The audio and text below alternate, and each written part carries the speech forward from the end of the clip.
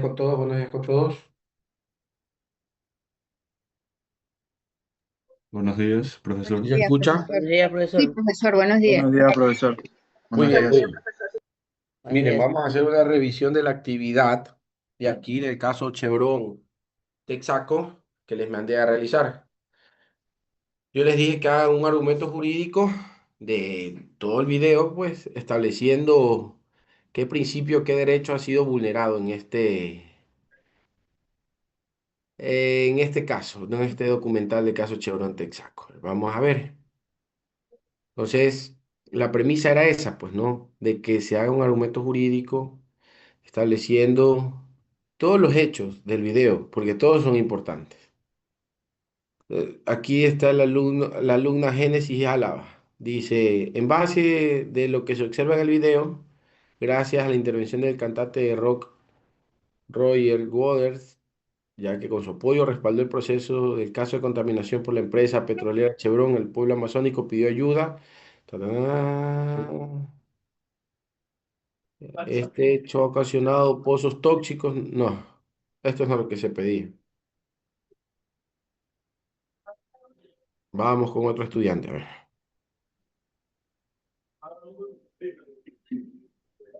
Dayana Nicole Suárez.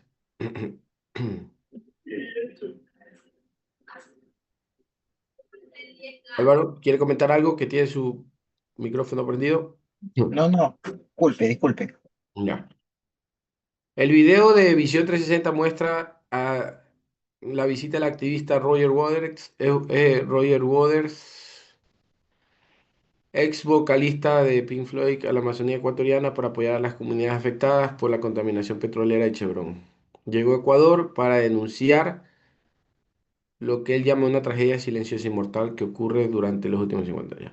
Lo primero que sé que, lo primero que sé es que no lo dejaron aterrizar en Ecuador según su equipo.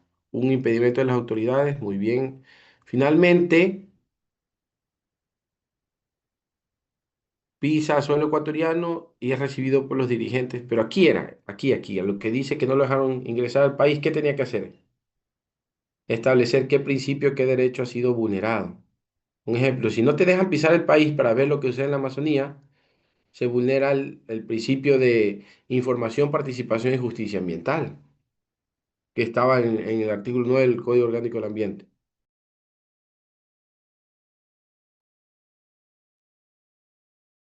¿Ah? Porque en este caso se estaría vulnerando el desarrollo sostenible. El plan era que Waters vea de primera mano la piscina de Pozo Sacha 56 y compruebe el desastre, pero el retraso. No, aquí no ha citado ninguna de las normas constitucionales. Mire, derechos vulnerados, eso no se pedía. Es un hilo conductor de todo lo que va aconteciendo.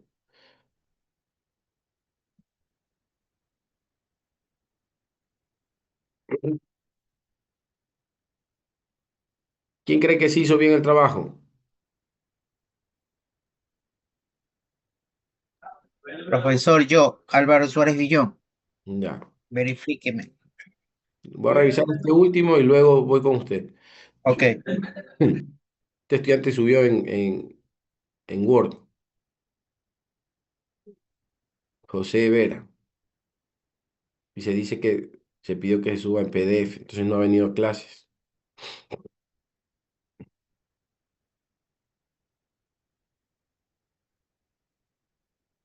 Ya, aquí está el trabajo de él. Dice, mi profesor no va a leer.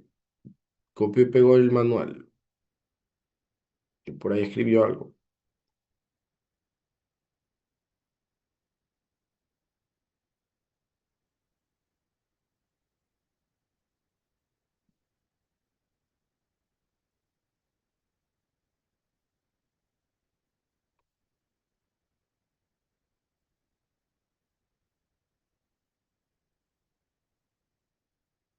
A ver, Álvaro Suárez.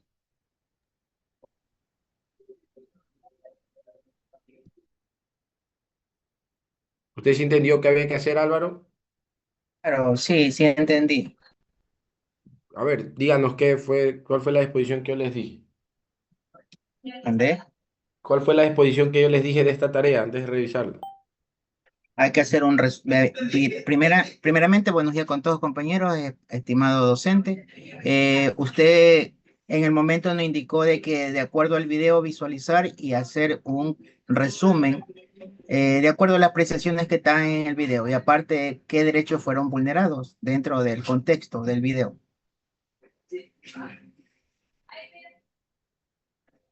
No, no está bien este trabajo. En la parte última dice, ahí en la parte dice que derechos fueron vulnerados. No. A ver, ¿Puedes revisar el mío? ya.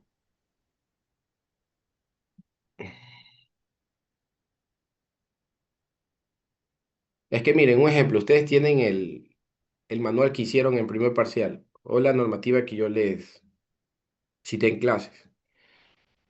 Un ejemplo, si yo fuera estudiante, ¿no? Me mandan esta tarea, ¿qué hago yo? Copio todos los artículos del manual y ya, se acabó. O los que se relacionan. Pero ese no es el trabajo. Tienen que ir estableciendo qué principios del artículo 9 del Código Orgánico del Ambiente, que hay 10 y de los derechos de la Constitución han sido vulnerados en este caso.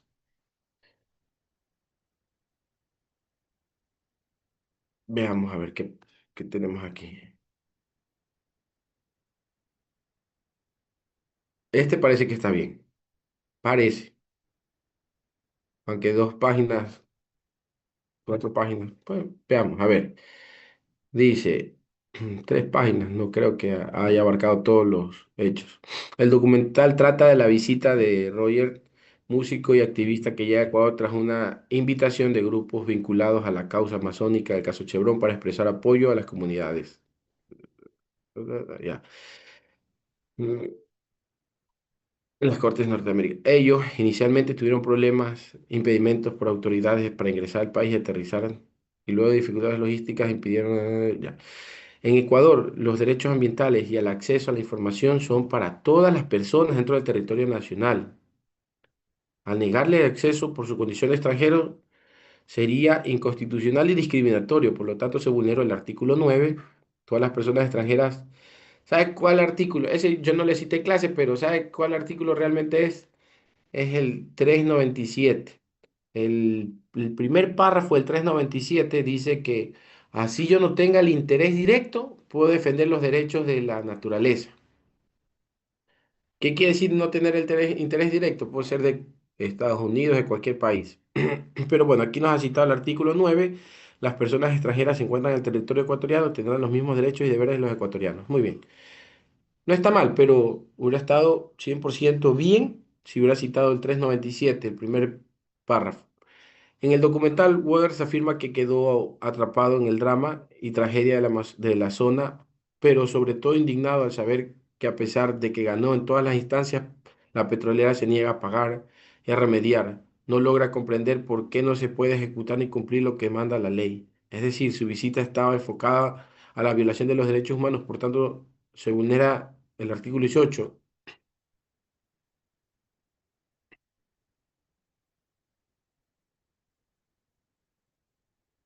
En cambio, aquí era el artículo 9 del Código Orgánico del Ambiente, el principio de información, participación y justicia ambiental. De información, prácticamente. Porque quería información, quería ver que no lo dejaran. Entonces, ¿cuál es la finalidad de esto, estimada Ruth? Es que usted vaya aplicando, no sé si habrá hecho el manual, el primer parcial, o tomó apuntes de los artículos que se citó en el manual, ¿sí? Sí, Ya, sí. entonces, la idea es que se apliquen solo netamente los artículos que están relacionados en materia ambiental, los de esta materia, los que les he citado yo, ¿sí? Ujú. Muy bien. Acceder libremente a la información, bueno, ya artículo 18 no es el que se ha dado aquí en clase. El reportaje también recoge cuestionamientos hacia el activista, el activista. Chevron cree que la presencia de Waters es una maniobra de obras públicas. Ya, opiniones de los abogados Patricio y Agustín, muy bien. Mm, ya, el artículo 9 ahí estamos bien. Numeral 9, reparación integral es el conjunto de acciones. Muy bien, ahí sí ha citado el artículo que hemos visto en clase. Esta sentencia ha otorgado a Ecuador, el Estado tiene una relación, tiene su relación con Chevron, ha firmado finiquito y ha tenido una relación contractual con Chevron. Mm. Finalmente, en el reportaje se indica que es un juicio privado, se reconoce el derecho de la población y aquí ya se cansó ya, porque hay más hechos. Por eso decía, qué raro, 3 hojas. Les voy a mostrar un trabajo que está bien hecho, porque se viene otra actividad que vamos a hacer. Y así como el que les voy a mostrar, quiero que, como el trabajo que les voy a mostrar, quiero que lo hagan.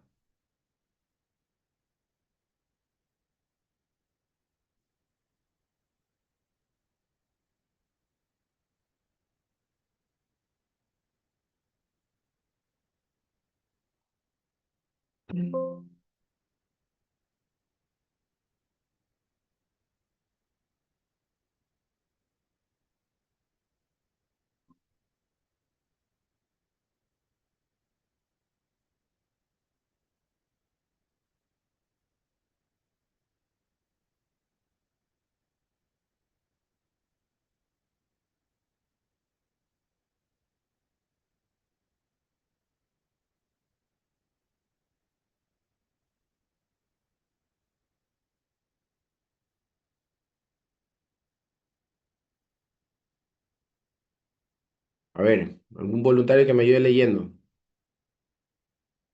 que tenga buen tono de voz. Oh, no, no, mejor lo leo yo.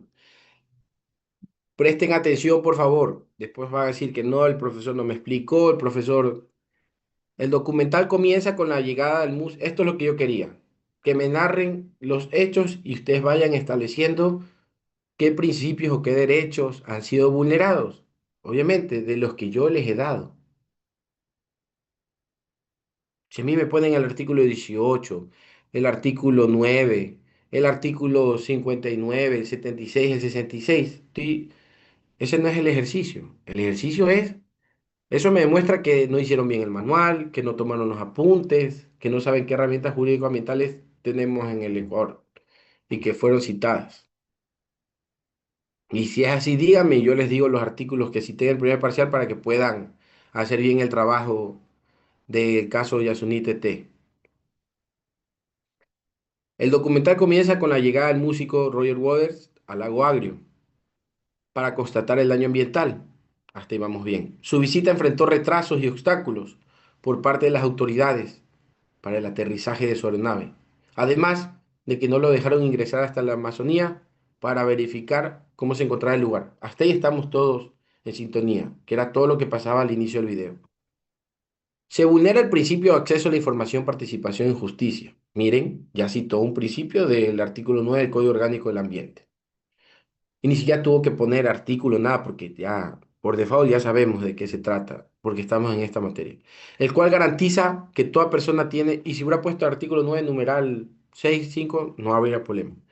El cual garantiza que toda persona tiene derecho, te dice que dice el artículo, toda persona tiene derecho al acceso oportuno a información sobre riesgos ambientales y a participar en procesos de interés público. Ahí viene el comentario de ustedes.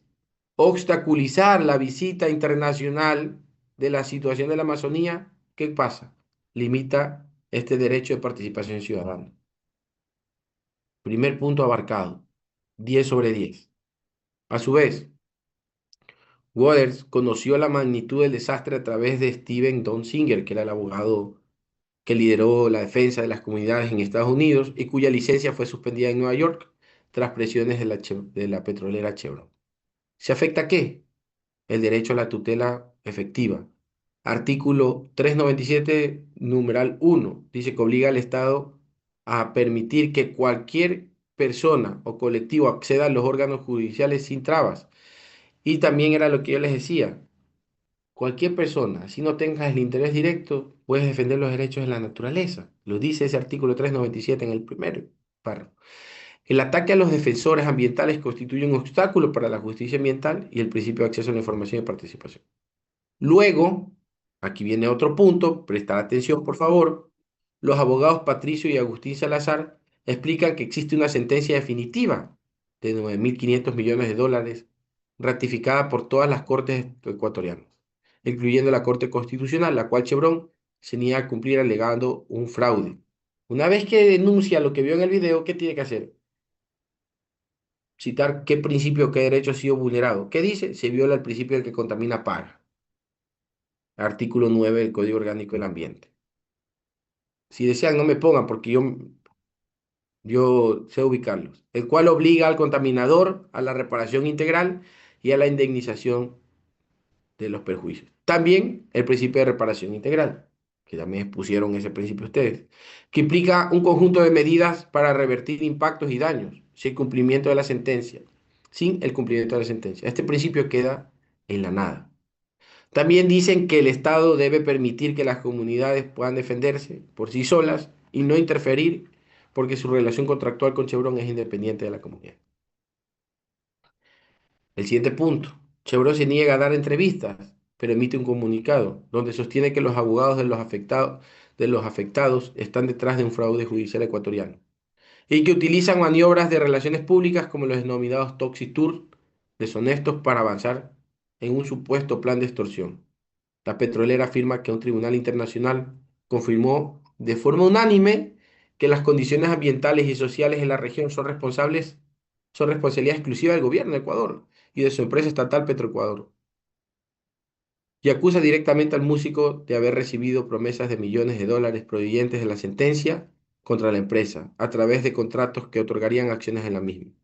Por esta razón, Chevron afirma que Waters carece de credibilidad sobre el tema. Y ahí viene ya, citó un punto más del video, siguiendo el hilo conductor, y dice, vulnerando así el principio de responsabilidad integral, al delegar la culpa exclusivamente al Estado ecuatoriano.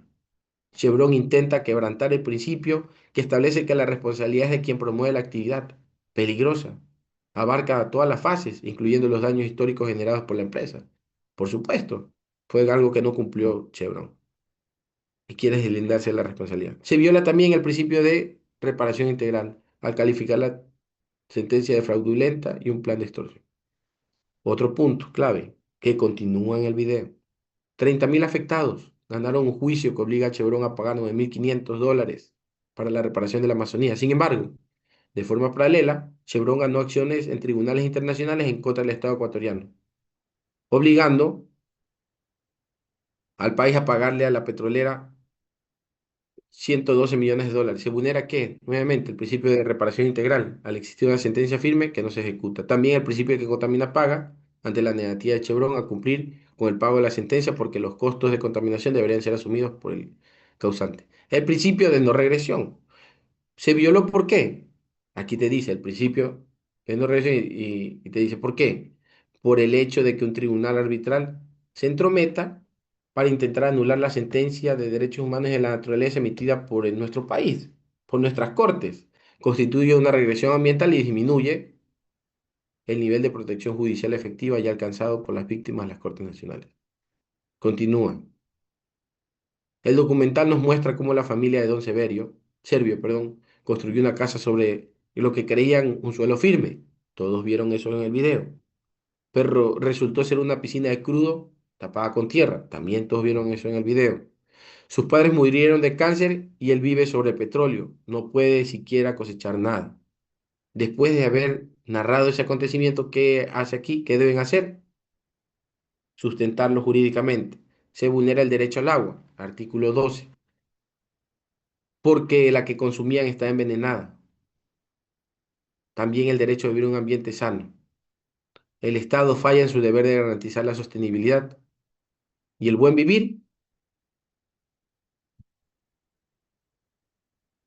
al permitir que la población habite en territorios tóxicos. Además, se viola el principio de responsabilidad integral, que establece que la responsabilidad de quien promueve la actividad peligrosa abarca todas las fases. Luego viene, el video muestra que la remediación de Chevron consistió en vertir tierra sobre piscinas de petróleo. Todos vieron eso. pero no todos abarcaron eso en el trabajo. Esto generó una costa negra que impide que la selva se regenere.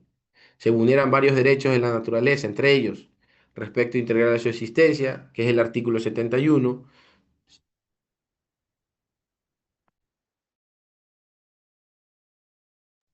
Se vulneran varios derechos de la naturaleza, entre ellos el respeto integral a su existencia, que es el artículo 71. Se violó el derecho a la naturaleza, al mantenimiento de sus ciclos vitales y estructura, artículo 71, evidenciando en árboles que no pueden crecer y en las raíces que se muestran por encima de la tierra sin poder penetrarla por el petróleo que hay debajo de ella. ¿Qué más? Derecho a la restauración, porque por el que la naturaleza tiene derecho a ser restaurada independientemente de las indemnizaciones a personas. Esa remediación fallida es una violación al principio de reparación integral. El indubio pro natura. En este caso, Chevron utilizó métodos de prueba inadecuados para minimizar resultados de contaminación cuando debió aplicarse el juez. El arbitraje internacional aplicar lo que más favorece a la naturaleza. 8. Un ex trabajador, que todos lo vieron, don Medardo, relata que en los años 80 la empresa arrojaba petróleo a las carreteras y piscinas porque era más barato que implementar estándares de seguridad que sí usaban en Estados Unidos. ¿Y qué deberían poner ustedes? Se vulnera el principio de mejor tecnología disponible y explican por qué. Porque la empresa ignoró el uso de tecnologías ambientalmente limpias que minimizan riesgos, priorizando el ahorro económico sobre la salud humana. ¿Qué es lo que decía el abogado estadounidense que le quitaron la licencia? Y los hermanos Salazar. Ellos implementan las mejores tecnologías en sus países y acá hacen huecos y meten el petróleo y tapan con hojas. También el principio de prevención, otro principio que yo he dado aquí en clases. Al existir certidumbre científica de que el crudo es tóxico, la empresa debió eliminar y evitar la afectación. Para los que recién se conectaron, este es un trabajo que está bien y estamos revisándolo. Steven Donziger menciona cuántas hojas le tomó, 5 mínimo. Steven Donziger menciona la existencia de un estudio realizado sobre el caso que proyecta que 10.000 ecuatorianos morirán de cáncer debido a la contaminación acumulada si no se realiza una limpieza rápida y califica esta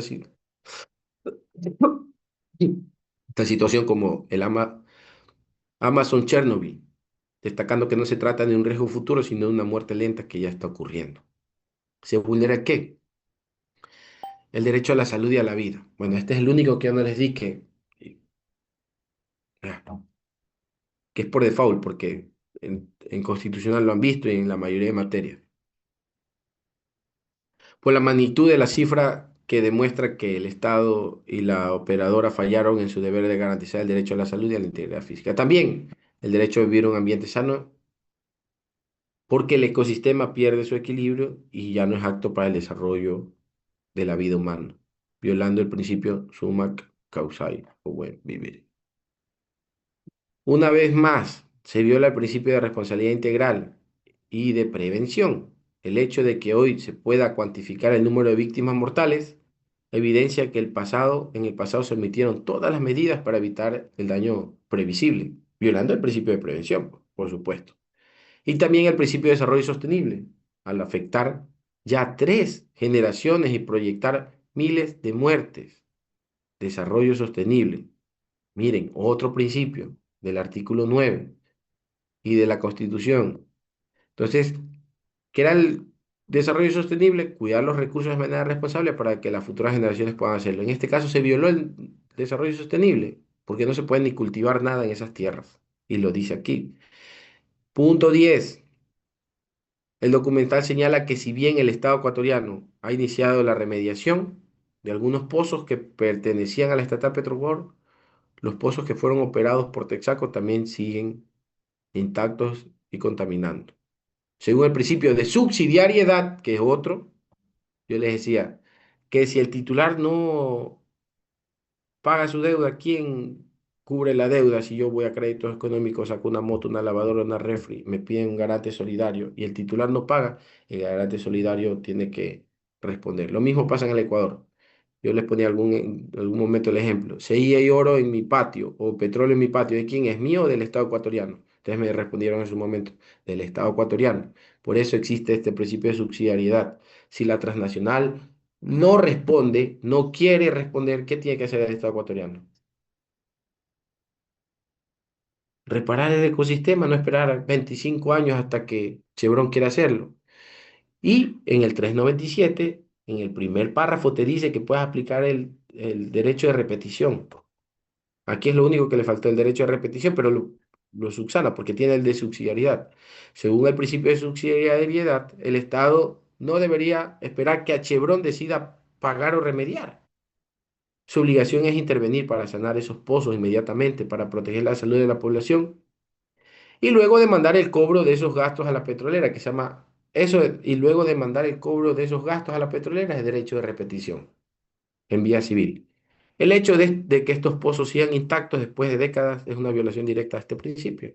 La Constitución de Ecuador establece que la responsabilidad por daños ambientales es objetiva, artículo 396, lo que significa que el operador es responsable independientemente de si hubo dolo, culpa o negligencia. Tiene que responder. Chevron ha intentado eludir esta responsabilidad, alegando fraude, y la responsabilidad objetiva te dice que debes reparar, a pesar de que el daño es real y comprobado, además de las acciones legales para perseguir y sancionar daños ambientales son imprescriptibles. La imprescriptibilidad, 396 también en la mitad de ese artículo, en el examen les puse, y nadie puso la imprescriptibilidad, lo cual justifica que la obligación de reparación sigue vigente. Consejo, si van a hacer el otro trabajo, descárguense en el manual, ténganlo en la mano, imprímanlo, que no son muchas hojas, para que sepan que esto es para todos, porque todos hicieron mal el trabajo. Por ahí Ruth creo que fue de la mejor que hizo, pero usó otros artículos que no hemos visto en clase. El principio de progresividad y no regresión también se vio vulnerado porque prohíbe cualquier acción o omisión de carácter regresivo que disminuya, anule injustificadamente el ejercicio de los derechos. Y ahí viene la explicación de por qué. La ineficacia del Estado para hacer cumplir una sentencia de reparación integral constituye una regresión ambiental. Se retrocede en el nivel de protección que la población y la naturaleza habían alcanzado. ¿Alguien que me ayude? El 13, profesor.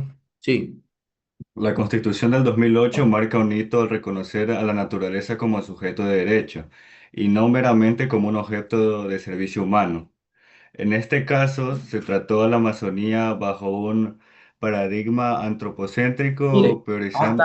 hasta lo de los paradigmas, que fue una actividad que, o les hablé también del paradigma antropocéntrico, biocéntrico, antropocéntrico que solo se usa la naturaleza para explotarla, biocéntrico, hombre y naturaleza, ecocéntrico ya es una especie determinada, hasta una tarea se mandó de eso, y lo puso aquí en la...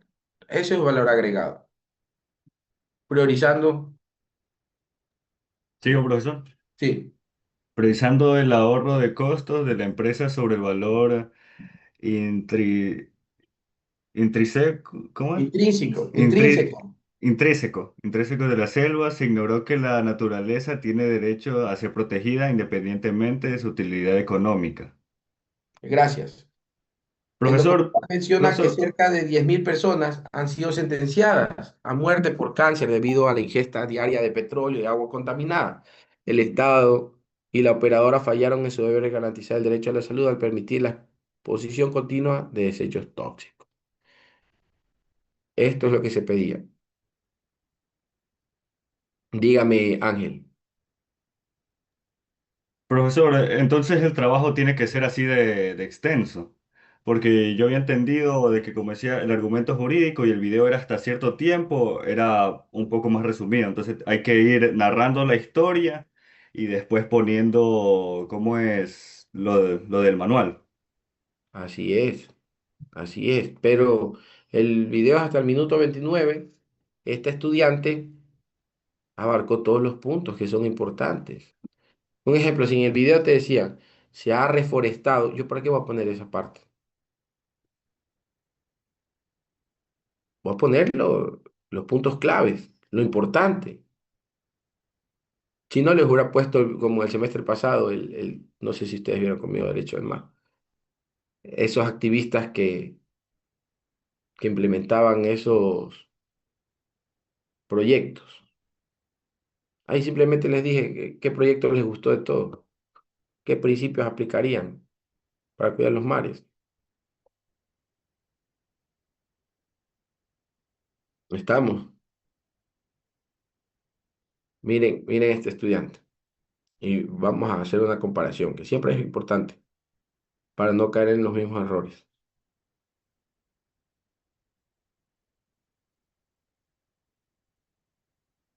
Introducción. Un párrafo, principios vulnerados.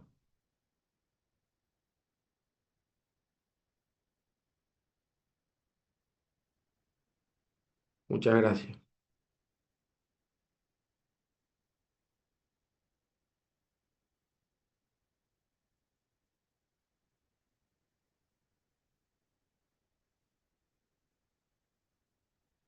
Y el de subsidiariedad y el de desarrollo sostenible. Lo bueno es que ya le voy a compartir a la presidenta este trabajo para que se puedan guiar con la otra actividad que vamos a hacer.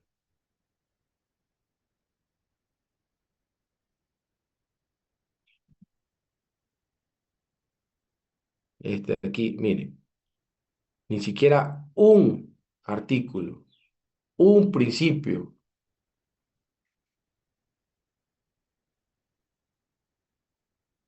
Este es copia de... Ah, no, este es el mismo, déjenme cambiar.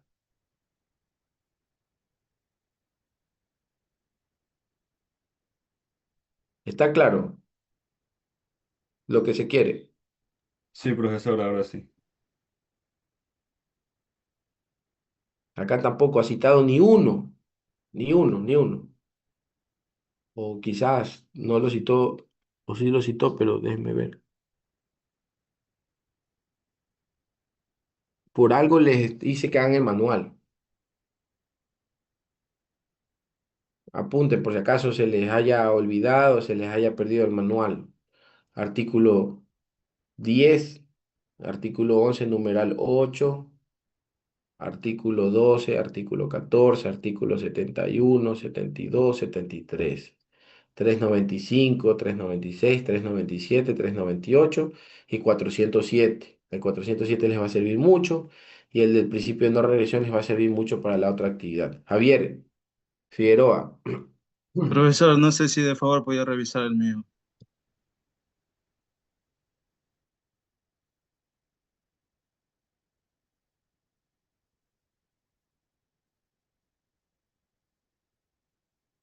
5 hojas, parece que sí.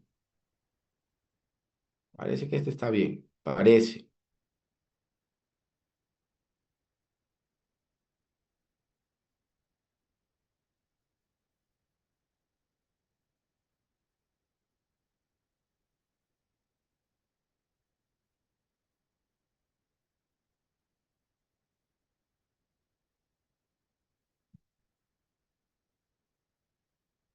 Déjeme leer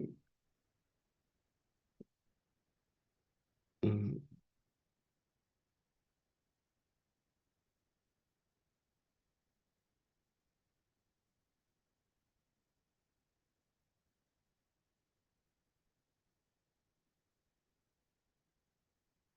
muy bien. Hasta aquí va bien.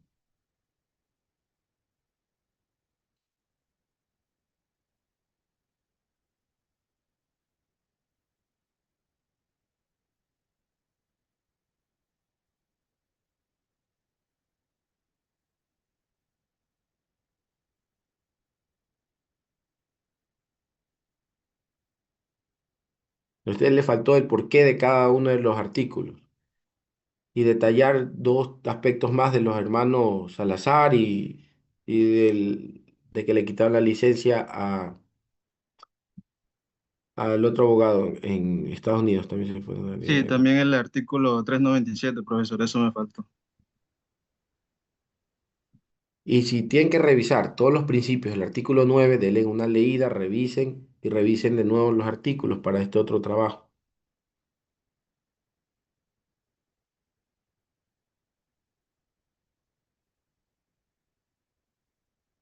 Mire, de igual manera, el principio de precaución establecido en el artículo 396 de la Constitución se ve comprometido, ya que se deberían haber implementado muy bien acciones más estrictas para prevenir el principio de desarrollo sostenible. La explotación petrolera buscó obtener beneficios económicos inmediatos, pero no generó daños.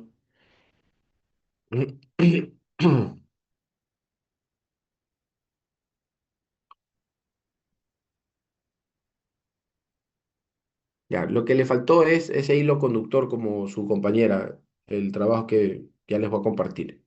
Llevar ese hilo conductor y usted ya entendió el trabajo. Solo le falta nada más ser un poquito más minucioso. Ya, ahora sí vamos, les voy a mostrar el otro, la última actividad que vamos a hacer en este segundo parcial. ¿Cuál es la finalidad de esto? Es que ustedes puedan implementar las herramientas que yo les he podido brindar a ustedes. Una vez que ustedes pasen derecho ambiental, ya van a poder usar inteligencia artificial, cualquiera de las inteligencias artificiales, pero ¿cuál va a ser el valor agregado que ustedes van a tener? Es que ustedes van a poder discernir si es que lo que les está diciendo la inteligencia artificial es real o no. Es decir, en el futuro tienen un caso práctico así, lo pasa por inteligencia artificial y la inteligencia artificial les dice, se vulneró el artículo de intergeneracional de las poblaciones, el desarrollo intergeneracional de las poblaciones. ¿Qué van a decir ustedes? No. Doctrinariamente, en Ecuador, ese principio se lo conoce como el desarrollo sostenible. En el Ecuador no existe ese principio. ¿Por qué? Porque si alguna vez ustedes quieren defender los derechos de algún ecosistema o van a asesorar a una transnacional, a una comunidad, ustedes tienen que partir del punto y del hecho de que solo pueden ustedes utilizar lo que está establecido en la ley, las herramientas que están en la ley. Y una vez que las identifican, ya pueden, partiendo de ahí, pueden exponer los mejores argumentos del mundo. Pero si ustedes exponen el mejor argumento del mundo, pero no tiene un respaldo jurídico, no va a tener ningún tipo de validez. Una persona puede tener la mayor razón, o puede tener la razón en una audiencia, pero si en la etapa de prueba el abogado no demuestra ninguna prueba ni la respalda jurídicamente, así tengas la razón, si no presentaste y no motivaste, y no argumentaste con la normativa, no existe en el proceso. Y pierdes. Gente teniendo la razón ha perdido. Por eso primero tienen que ubicar la normativa, familiarizarse con la normativa, ya después el resto ya viene por añadidura. Vamos con la segunda actividad.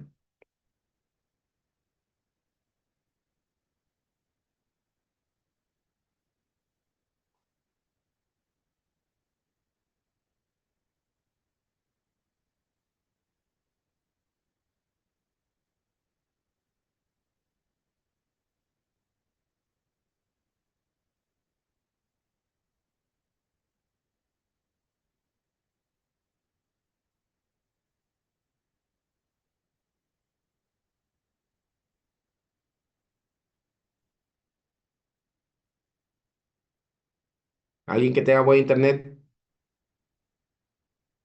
Yo, profesor.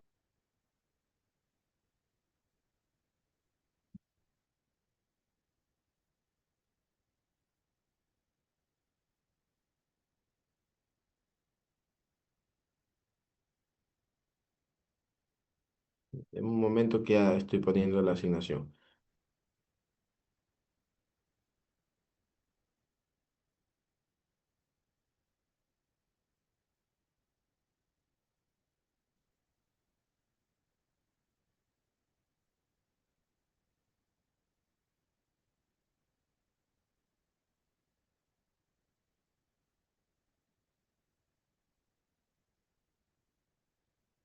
Jueves hasta el miércoles, uno.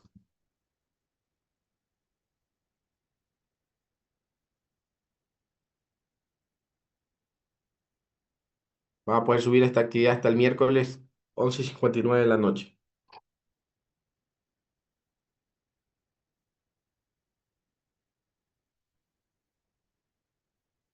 Y ahora sí revise, señorita, para que nos ayude proyectando.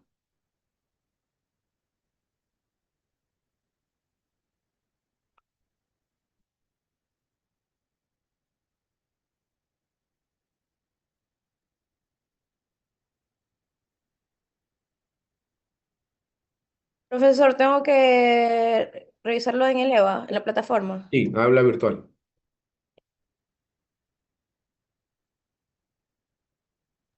Esta es la unidad 2. Está.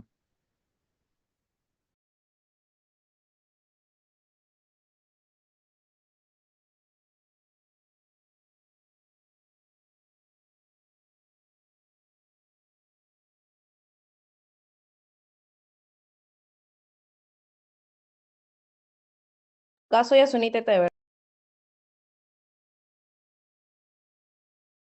Así es. No se olvide de habilitar el sonido también desde la parte de la opción del micrófono o el video. Desde ahí se habilita también para que pueda compartir sonido, aparte del video.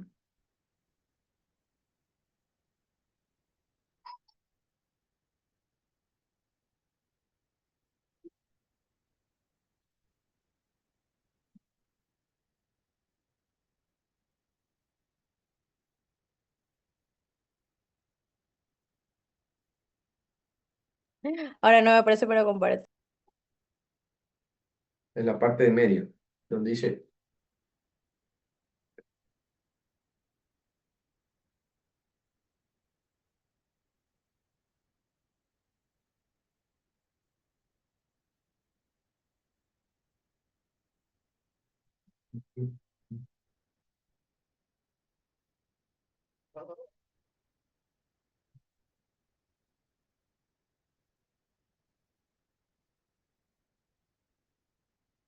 ¿encontró? Es una flechita que está en medio del Zoom. O sea, sí sé compartir, solo que me pide configurar para poder compartir.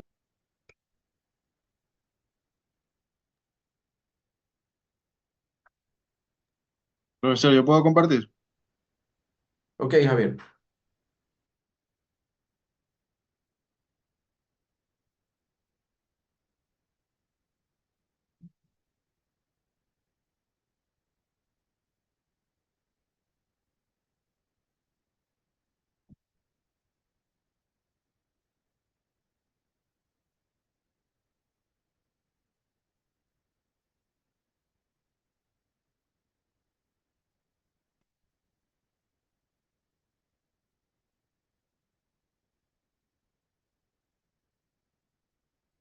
Aquí está, pero no sé si deja alguna indicación.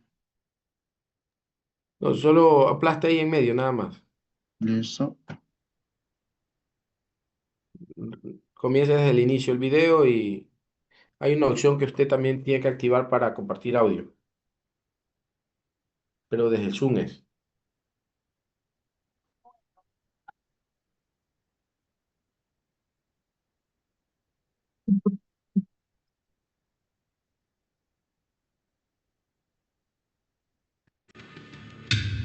¿Ahí Ahí, se escucha? sí. Listo. Expanda la pantalla todo. Cuando uno habla de comercio, generalmente piensa en algo como Pero esto. tiene que retroceder. Tiene que retroceder. El video es al inicio. Esto llega hasta el minuto.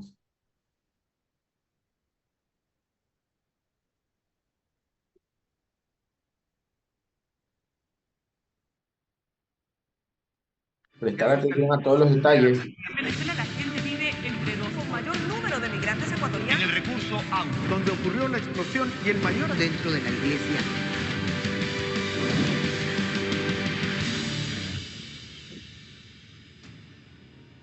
Amigos, bienvenidos. En 2013, mientras el entonces presidente Rafael Correa Delgado anunciaba la explotación del Parque Nacional Yasuní, un grupo de jóvenes salía a las calles a protestar. El colectivo Yasunidos se organizó para recoger firmas y preguntarle al país si quería o no que se explote el Yasuní.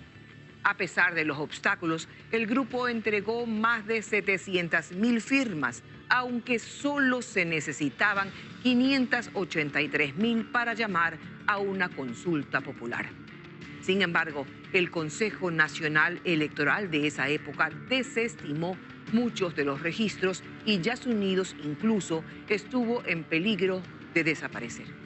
El actual Consejo Nacional Electoral abrió el caso y halló irregularidades dentro del proceso. El Yasuní ha entrado en un nuevo debate tras la modificación de sus límites territoriales, lo cual, con la explotación petrolera, podría significar riesgo para las poblaciones indígenas no contactadas, los Tagaeri y los Taromenane, las últimas que quedan en la Amazonía ecuatoriana.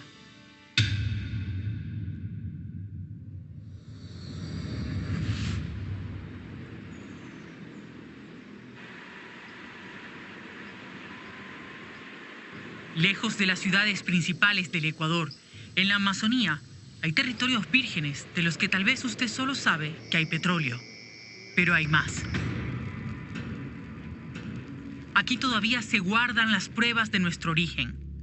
Poblaciones que no se han contactado con el mundo, que no saben que usted y yo existimos, que no conocen nuestra forma de vivir, no tienen cédula de identidad, ni que existe electricidad, ni vehículos, ni edificios, ni internet. Si nos ven, se asustarían. Nos verían como fuera de este planeta. Y probablemente los contagiaríamos de alguna simple gripe de la que nosotros ya somos inmunes, pero que a ellos los mataría. Son los Tagaeri y Taromenani, los últimos pueblos indígenas nativos que sobreviven al mestizaje y al exterminio, y que se han desplazado hasta aquí, en este territorio al que se le ha llamado Yasuní. Este bosque húmedo tropical es una de las joyas de biodiversidad del mundo. Guarda más de 1.300 especies de árboles, 610 especies de aves, más de 268 especies de peces y por lo menos 200 especies de mamíferos. Por todo esto, en 1989, la UNESCO declaró al Yasuní como Reserva de la Biosfera del Mundo.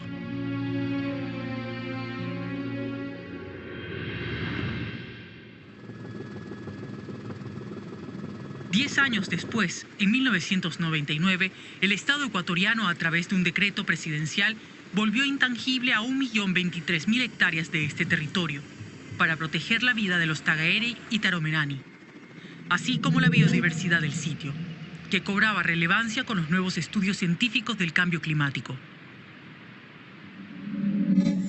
Los grandes y milenarios árboles que conserva el Yasuní evitan que 400 millones de toneladas de CO2 vayan al ambiente. Entonces, el Yasuní es de interés para los gobiernos de turno, las petroleras y mineras, porque en las entrañas de esta tierra yacen 920 millones de barriles de petróleo de reservas comprobadas, que significan el 20% de la producción del Ecuador, que el gobierno mira para aliviar la endeudada arca fiscal y, por supuesto, alimenta el negocio petrolero. Pero también es de interés para quienes defienden la protección del medio ambiente. Su explotación, ya sea para petróleo, minería, tala de árboles, agricultura o ganadería, podrían provocar un desequilibrio ambiental, como ya le ocurre a la Amazonía de Brasil y Bolivia. También es de interés para los defensores de derechos humanos, porque en este territorio viven grupos indígenas en aislamiento, territorio que históricamente les pertenece, y no protegerlos podría provocar un etnocidio. Por eso es tan polémico el Yasuní. ¿Qué prevalecerá? ¿La conservación ambiental y de los pueblos que viven en estos territorios? ¿O el poder económico que los gobiernos utilizan para financiar sus proyectos sociales y políticos?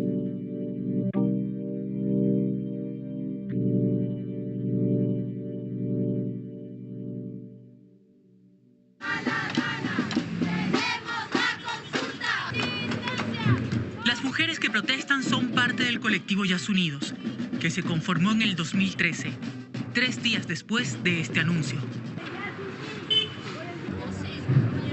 El colectivo Yasunido se creó con el propósito de impulsar una consulta popular para que los ecuatorianos sean los que decidan si se debe o no explotar el Yasuní. Esta hubiese sido la primera consulta popular nacional organizada por la sociedad civil, pero nunca se dio. Es importante decir que el fraude comenzó desde el momento en que iniciamos el trámite, ¿no? En el momento que nosotros iniciamos el trámite con el doctor Julio César Trujillo en el 2013, presentamos ante la Corte Constitucional. Lo que hace es decir que no va a calificar nuestra pregunta en ese momento, sino que, contraviniendo lo que dice la Constitución, sino que recojamos las firmas y que luego califica la pregunta. Ese fue el primer fraude que nos hicieron, ¿no? Entonces es importante recordarlo porque ahora, digamos, ya la nueva Corte ha cambiado este procedimiento y ha hecho lo que dice la Constitución. Primero se hace el dictamen previo, que es lo lógico para decir, bueno, si esta pregunta es constitucional, por lo tanto, recoja las firmas. En el año 2013 era así, originalmente. Primero yo te respondo tu pedido de consulta y luego vas y buscas las firmas. Es a ellos a los que les cambian las reglas del juego. Es decir, cuando usted ya pide el dictamen, la Corte, en vez de contestar, le dice, no, voy a cambiar las reglas del juego. Primero me trae las firmas, lo cual es penoso porque no le contestas lo que le tienes que contestar según los precedentes que utilizaba la propia Corte Constitucional. Efectivamente, ahí hubo una pésima jugada por parte de la Corte Constitucional que esquivó su obligación de responder el pedido de consulta popular. Para solventar este importante déficit. Quien presidía la Corte Constitucional en ese tiempo era Patricio Pazmiño, cuestionado por su cercanía a funcionarios del gobierno anterior y por sus fallos, como dar paso a la consulta popular para reformar el sistema judicial que propuso el expresidente Correa, y su silencio en otros temas. Actualmente es uno de los jueces del máximo organismo de justicia regional, la Corte Interamericana de Derechos Humanos. Los Yasunidos aceptaron las nuevas reglas del juego impuestas por la Corte y decidieron recoger las firmas. Necesitaban 583.324, que representaban el 5% del padrón electoral en el 2013. El CNE nos entrega los formularios y comenzamos con la recolección. Mientras comenzábamos con la recolección, el CNE saca un reglamento, cuando ya habíamos iniciado la recolección de firmas, en donde cambia y aumenta requisitos que están mucho más allá de lo que dice la Constitución y el Código de la Democracia. Por ejemplo, el color del esfero, por ejemplo, digamos, ponen un montón de cosas relacionadas con la forma, ¿no? Y donde a la final terminan anulándonos del 60% de las firmas por cuestiones de forma. Ese hecho fue el punto de partida para una serie de irregularidades encontradas por la auditoría conformada por el propio Consejo Nacional Electoral en el 2018, que bajo la solicitud del Consejo de Participación Ciudadana Transitorio conformó una comisión con un miembro de la Academia, uno del Consejo Anticorrupción y un miembro del Consejo Nacional Electoral, para que auditen todo el proceso desde la entrega de formularios que utilizaron los Yasunidos para recoger las firmas hasta la verificación final. El colectivo entregó 756.000 firmas, de las cuales solo 369.114 fueron validadas por el CNE.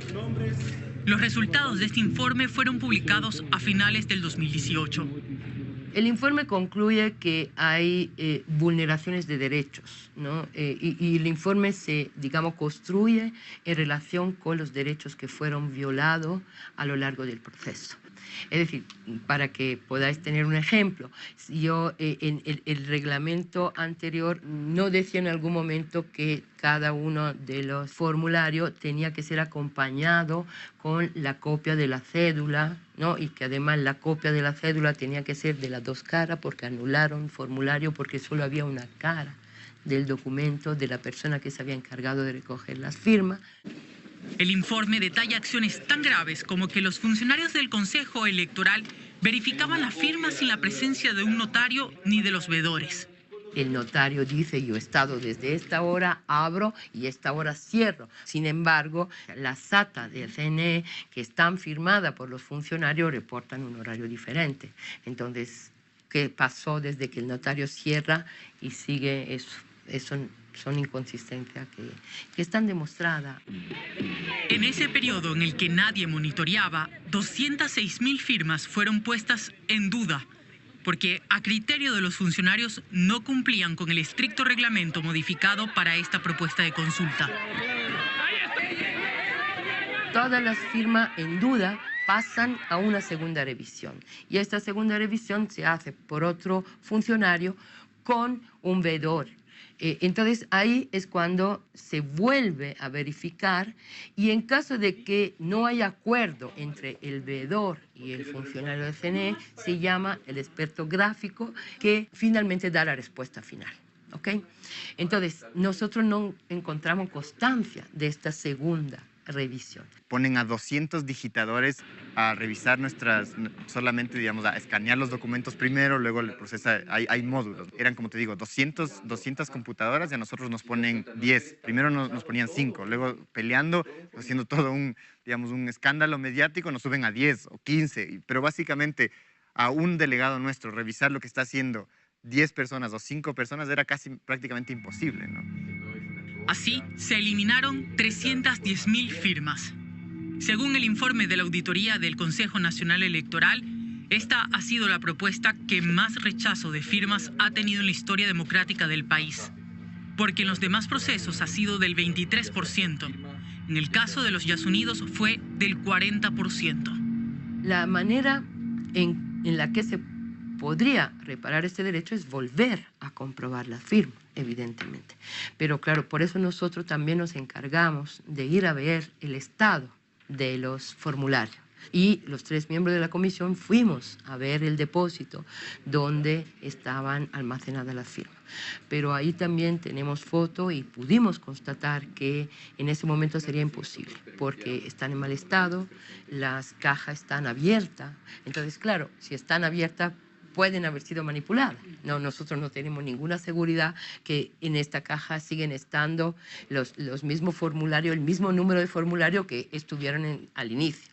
Evidentemente, en este momento es imposible, digamos, retroceder al momento en el que se violó el derecho para reparar estos derechos violados. Entonces, es imposible hacer esto. Y, por lo tanto, frente a la imposibilidad de volver a hacer el proceso de convalidación de firma, lo que pedimos para que se devuelva el colectivo y la sociedad civil al estado anterior a la violación es que se reconozcan estas firmas que se ha demostrado que han sido anuladas, en algunos casos hasta contra lo que establece el reglamento y en otros casos de manera muy dudosa.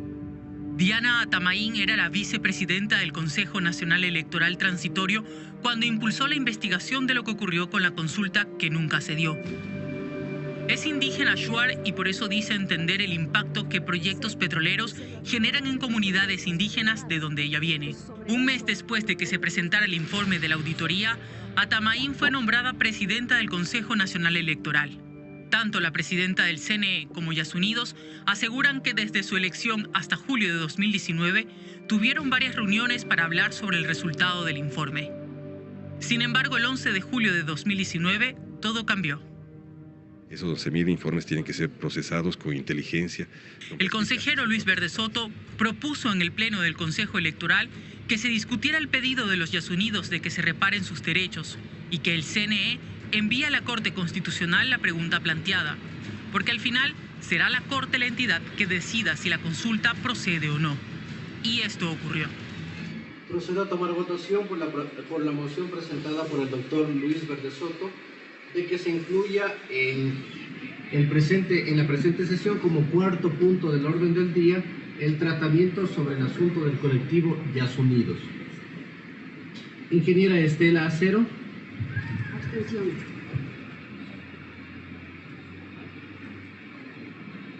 Ingeniero José Cabrera. Abstención. Doctor Luis Verde Soto. Ingeniero Enrique Pita. Ingeniera Diana Atamaín. Abstención.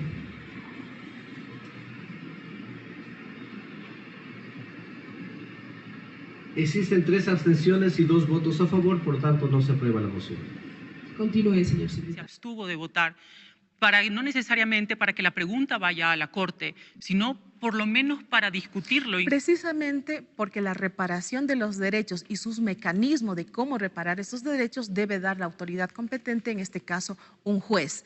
Y la propuesta que se mocionó para ser tratado en la Asamblea, en el Pleno del Consejo Nacional Electoral, no decía aquello, decía que se reconozca el mecanismo de reparación de derechos, dándole la legitimidad democrática para pasar a la Corte Constitucional, lo cual no era viable. Nosotros primero debemos tener una sentencia de un juez que nos diga que efectivamente se afectaron los derechos y los mecanismos de reparación. Entonces, era una propuesta no viable como entes administrativos que somos nosotros, como el Pleno del Consejo Nacional Electoral, por eso mi abstención. La Constitución que dice que todo funcionario, que todos, evidentemente, institución pública, organismo público que viola derechos tiene que repararlo.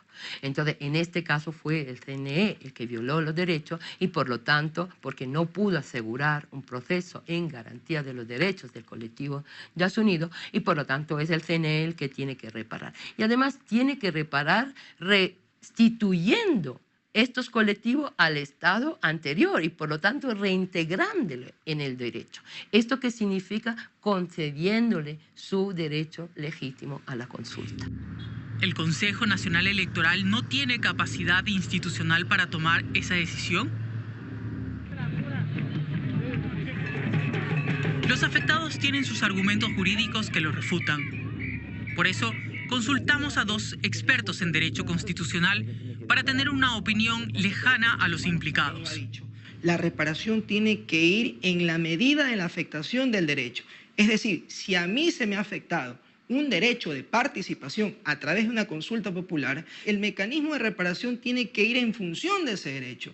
Es decir, debería realizarse la consulta para que ese derecho de participación sea realmente reparado. Porque yo no puedo ponerle precio al derecho de participación, yo no puedo comprar el derecho de participación. El derecho de participación se ejerce a través del derecho a elegir y ser elegido o a ser consultado, que ese es el derecho.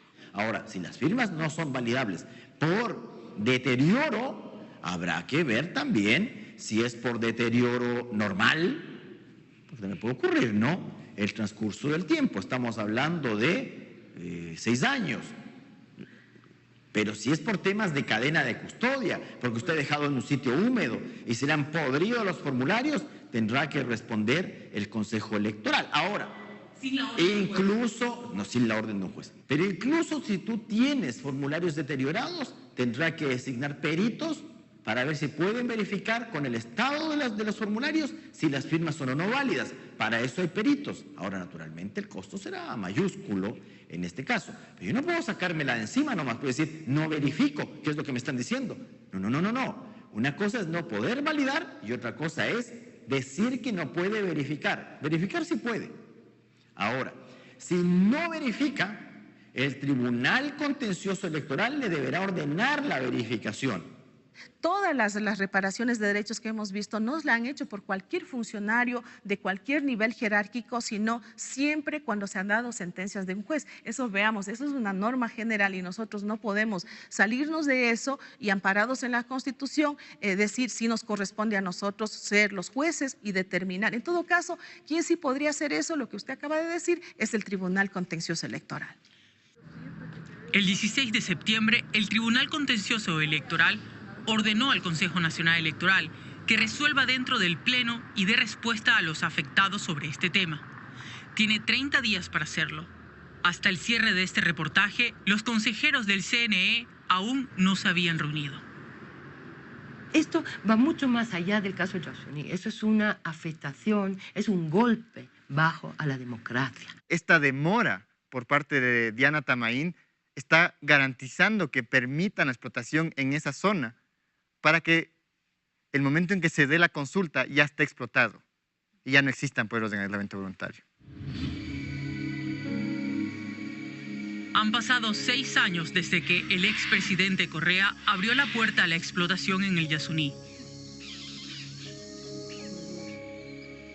En más de una ocasión, Visión 360 ha solicitado ingresar al parque, pero no hemos tenido la autorización del Ministerio de Ambiente. ¿Qué se oculta? ¿Cuánto realmente se ha explotado? Se lo contamos al volver.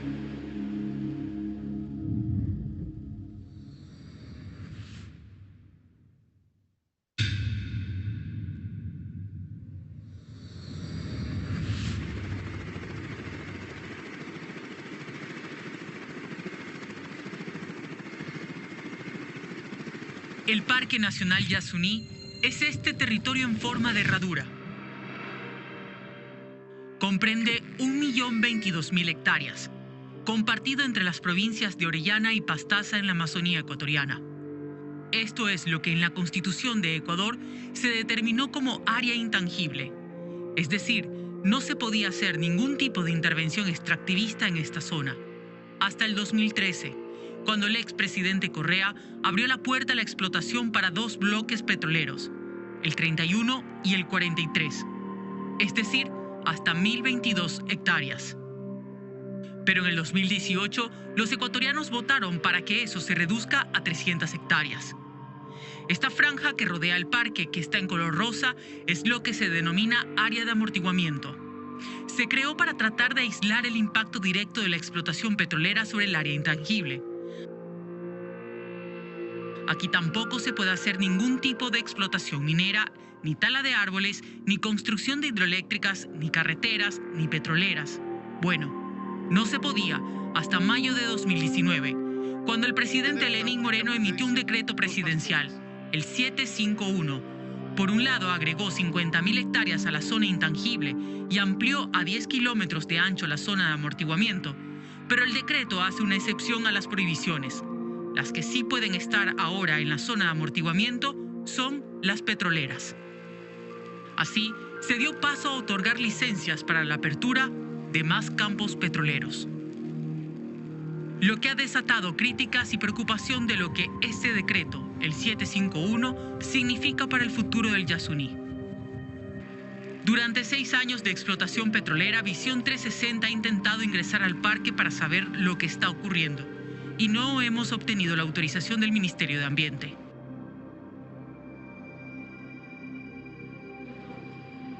El colectivo Geografía Crítica también ha intentado hacer distintas pruebas para hacer una evaluación técnica del impacto ambiental que ha provocado la intervención petrolera en el Yasuní.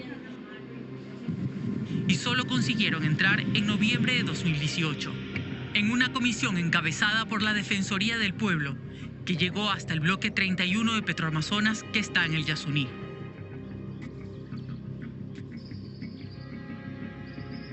Vemos que Manuel Bayón es geógrafo y parte del grupo de investigadores del colectivo Geografía Crítica.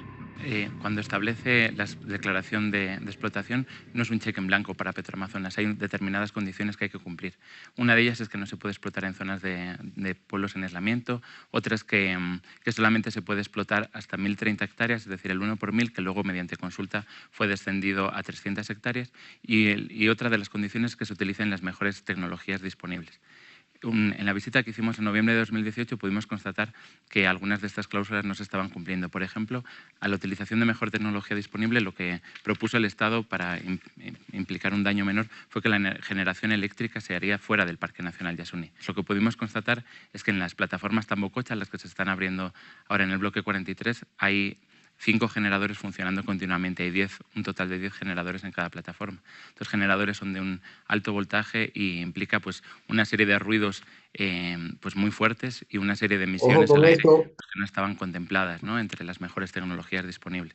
Otro ejemplo es que se habían propuesto que no hubiese vías lastradas, sino que el Estado había hecho esta propuesta de placas removibles que después dejasen el suelo sin impacto. Y lo que hemos podido constatar pues, es que hay las vías de lastre, es decir, la compañía le llama senderos ecológicos de una manera bastante irónica, porque uno se va fuera del Parque Nacional y es el mismo tipo de tecnología. Otra de las cuestiones que pudimos ver es que en la central de procesos Tiputini, que es el lugar donde llegan los materiales que son extraídos, pues, supuestamente no tendría que haber en esa zona ningún mechero, se iba a encapsular el gas, y lo que vimos fue, pues constatamos la presencia de quemaderos de gas. Entonces, esas cuestiones hacen que, digamos, la tecnología que se está utilizando no es la más adecuada.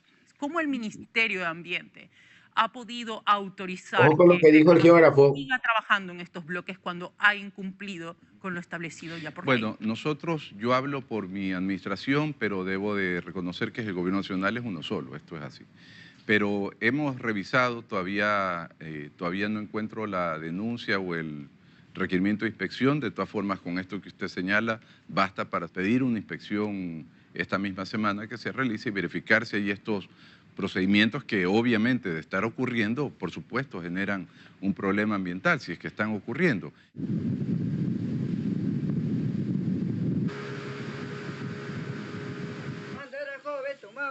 La Defensoría del Pueblo y distintas organizaciones ambientalistas sí han denunciado no solo los resultados de la visita al Yasuní, sino también los obstáculos para entrar al parque y hacer verificaciones de manera independiente. La última vez que lo hicieron fue en la Comisión de Biodiversidad de la Asamblea Nacional, que tiene la obligación de controlar que se cumpla con los parámetros dictados en el 2013 para la explotación dentro del Parque Yasuní. ¿Cuáles son esos criterios? Yo quisiera que usted los enumere. En esta reunión de julio de 2019 estuvieron el ministro de Hidrocarburos, la Subsecretaría de Derechos Humanos y el entonces ministro de Ambiente, Marcelo Mata, llamados a comparecer para determinar si el último decreto presidencial de Moreno era constitucional o no. De declararse inconstitucional, tendría que derogarse de manera inmediata. Más bien dicho, el concepto limita a que precisamente se quiera ver como una facilidad petrolera, así como dice, carreteras, zonas de madera, extracciones de distinto tipo. Lo que se está diciendo es no a las facilidades y sí a las plataformas, porque ahí existen plataformas petroleras a las cuales les tocaría salir. Entonces existen y existen bastantes. Recordemos que la discusión de conservar el Yasuní no es solo por cuidar su biodiversidad.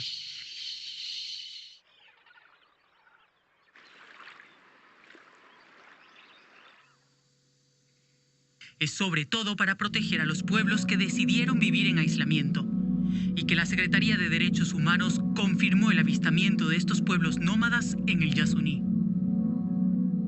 En el Ecuador hay una joya prístina que se llaman los pueblos no contactados. Y lo que lo que yo puedo ver es que desde mi observador el Estado incumple constantemente en esa protección especial que le dio en la Constitución, en el artículo 57 de la Constitución. Y si no has sabido protegerlo y debido a tu falta de inacción o a tus omisiones legales, estos desaparecen, tú has provocado un delito de lesa humanidad, que en el Ecuador es imprescriptible. Y no importa quién es el funcionario público, o sea, si alguien lo puede hacer en contra del presidente, del ministro de turno o de los ministros que estuvieron ahí que no hicieron, de la fiscalía si es que no tomó las debidas precauciones. Entonces, al final, el exministro de Ambiente aceptó que el decreto no estaba dentro de lo que manda la Constitución. Si es que el artículo 3 del 751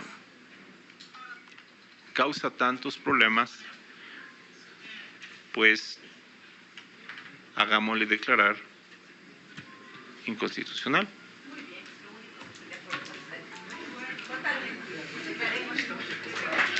Gracias, señor. Pero el exministro no pudo cambiar nada. Dejó el ministerio un mes después de esta reunión. Yo no quiero especular por qué el anterior ministro dijo, no dijo, sí dijo. La postura de la nueva autoridad de ambiente es diferente. Bueno, yo he revisado el decreto, lo he revisado con profundidad, he revisado la Constitución, he revisado lo que se ha venido haciendo históricamente desde el Ecuador. De hecho, anteriormente no había ni siquiera zona de amortiguamiento. Es decir, no había realmente normatizado la capacidad de hacer o no hacer y en muchas ocasiones de repente hacían cualquier cosa en las zonas de amortiguamiento. Ahora está normalizado, de manera que está estrictamente prohibido lo que está prohibido. Entonces, una de las propuestas que tiene el ministro es la creación de consejos consultivos locales para socializar los proyectos. Incluso, dice él, se tiene propuesto contactar a los pueblos en aislamiento, los que no quieren ser contactados. Ellos tienen asambleas generales, sí, por supuesto. Por eso es que le digo, sí son pueblos no contactados, pero tienen sus formas de comunicación. Yo lo que vamos a hacer... ¿Cuáles son esas formas de comunicación? Bueno, yo todavía no he podido contactarme con ellos, pero vamos a tener formas de comunicación, quizás a través de las asambleas de los pueblos guaraní, a través de las asambleas de los guaraní, los tagareris y los taromenanis están peleados, es decir... ¿Quién está peleado? Los tagareris y los pero guaraní. Pero eso no sabe, ¿usted cómo sabe? Porque hay investigaciones científicas.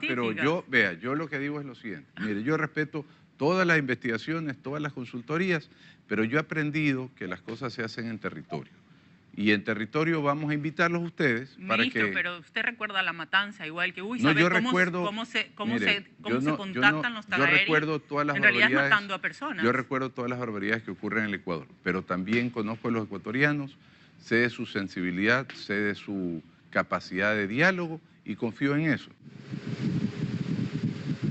En agosto, la Comisión de la Defensoría del Pueblo regresó a los bloques petroleros 31 y 43, que en diálogo con Petroamazonas armaron una agenda en conjunto para hacer los estudios de impacto ambiental en suelo, agua, aire y ruido. En la calle Napo.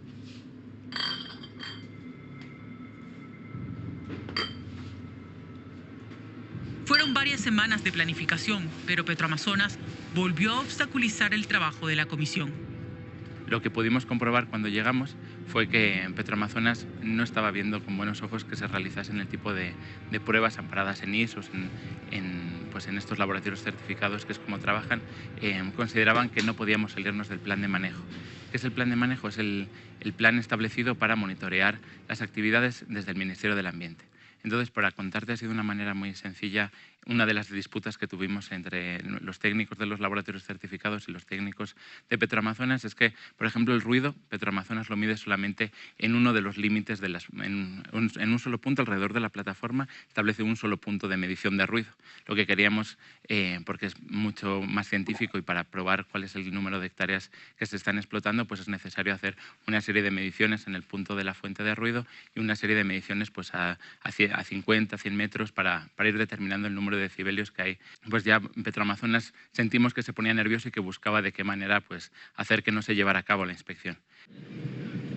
Solicitamos una entrevista a Petroamazonas, pero nos cancelaron por los inconvenientes que tuvieron durante las manifestaciones. Tampoco respondieron a nuestras preguntas por escrito. También pedimos los informes ambientales de los bloques petroleros que funcionan en el Yasuní y nunca los recibimos. En ese juicio lo que se pudo ver es que... Según Bayón, en la primera visita y con los informes ambientales que ellos consiguieron dentro del proceso judicial que llevan adelante contra la explotación petrolera en el Yasuní, sus cálculos de cuánto se ha deforestado difieren a los que, por ejemplo, están en el decreto.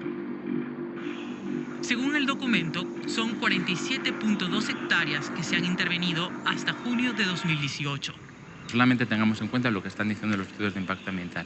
Esas mediciones es lo que nos está permitiendo afirmar que son 593 hectáreas, lo que con las 6 plataformas y los kilómetros de vía que se han abierto ya se estarían afectando solamente por deforestación y por ruido.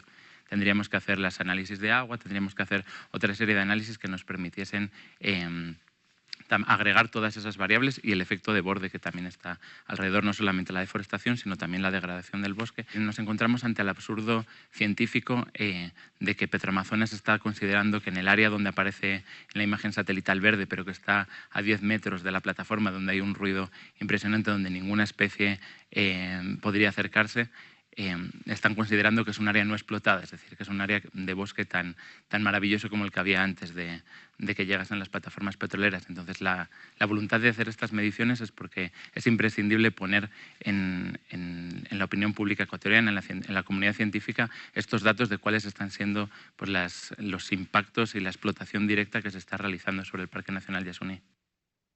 Quisimos contrastar esta información con el Ministerio de Ambiente, pero tampoco tenían la cifra. ¿Cómo el Ministerio de Ambiente no puede tener la información de cuánto se ha deforestado en el Yasuní? No, eso sí, por supuesto. ¿Cuánto se ha deforestado, yo pedí, bueno, no era sobre esto la entrevista, no tengo esa información. No, sí es sobre esto también, Bueno, porque no parte tengo del decreto 751 es sobre eso. Bueno, no tengo justamente. la información del... No, el decreto 751 es sobre la ampliación del de la territorio. zona así de es. amortiguamiento. No es sobre la deforestación. Pero al final estamos hablando de la incursión, de la Mire, de en la el decreto explotación en esta 751 se ha respetado 100%. Podemos emitir desde el ámbito de nuestras competencias las certificaciones que nos requieran, sin ningún problema. Pero yo le puedo garantizar que el decreto 751 emitido por el presidente Lenín Moreno respeta en el 100% lo que señala la Constitución. Entonces, nos guste o no nos guste, creamos científicamente o no, en el ambiente nace la vida. O sea, la calidad de vida del ecuatoriano tiene que ver con la calidad del agua, la calidad del aire, con la biodiversidad que esté bien. Entonces, si todavía no entendemos eso, va a ser más difícil cada vez plantear estas acciones. Este es el Yasuní, un lugar único del que no todos los ecuatorianos saben que existe y que es suyo. Es una isla rodeada de petroleras, esperando a la orilla del parque las reformas legales para entrar y extraer de sus entrañas el oro negro. Ese que las autoridades dicen que trae prosperidad.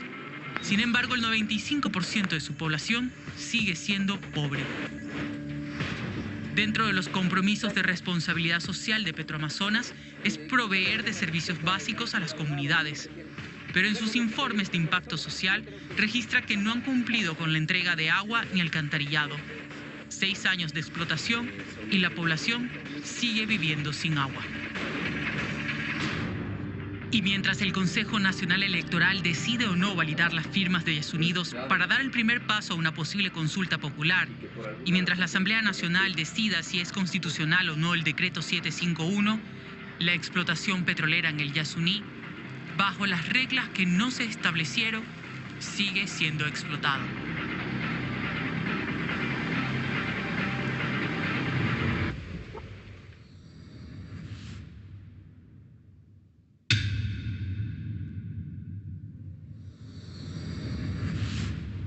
Parecería mentira, pero en pleno siglo XXI en Ecuador todavía hay Gracias. personas que viven bajo condiciones de esclavitud.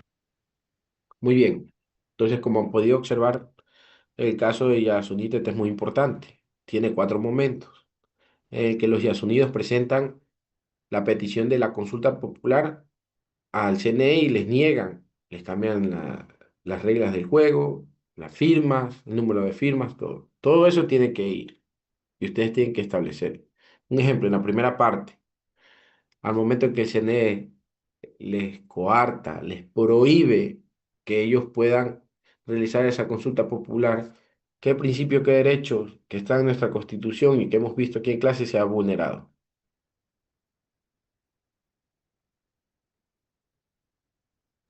El principio de información, profesor.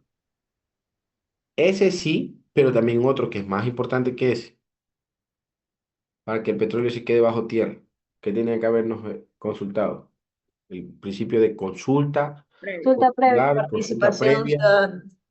el principio de consulta previa, el 397. Ustedes pueden poner el principio de información, participación y acceso a la justicia, que es un principio del Código Orgánico del Ambiente, pero lo respaldan también con el de participación, que es el 398, que es el derecho que te dice que tenemos los derechos los ciudadanos a pedir que se nos consulte, que era lo que pedían los Yasunidos. ¿Qué pedían los Yasunidos? Una consulta previa, para ver si dejamos el petróleo bajo tierra o no, que es lo que se pidió en el 2013.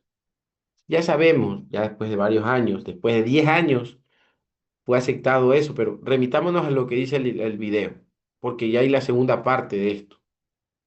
Y hay una sentencia de la Corte Constitucional que obliga al presidente Noboa, obligó al presidente Noboa a hacer la consulta, pero eso ya es otra cosa. Enmarquémonos en esto, porque al fin y al cabo la Amazonía y esos bloques fueron explotados, ¿no? ¿Qué principios, qué derechos han sido vulnerados? Por el decreto, por el pronunciamiento de Marcelo Mata, por Raúl Ledesma, los comentarios que hizo Inés Manzano, el geógrafo que quiso ir al Parque de Asunía al principio no les dejaron, luego lo dejaron entrar, luego se percató que había esos generadores que no eran generadores actuales. Ya ustedes tienen ahí, déjenme, déjenme compartirle a la presidenta en este momento el trabajo, el que sí estaba bien, el anterior, del anterior tema para que se guíe, que es lo mismo prácticamente. Profesor, una pregunta. ¿Llegamos hasta el minuto en el cual hizo parar el video o es hasta Hasta ahí? ahí, nada ¿Hasta más. qué minuto es, Clever? Es que solo salía en cuenta regresiva.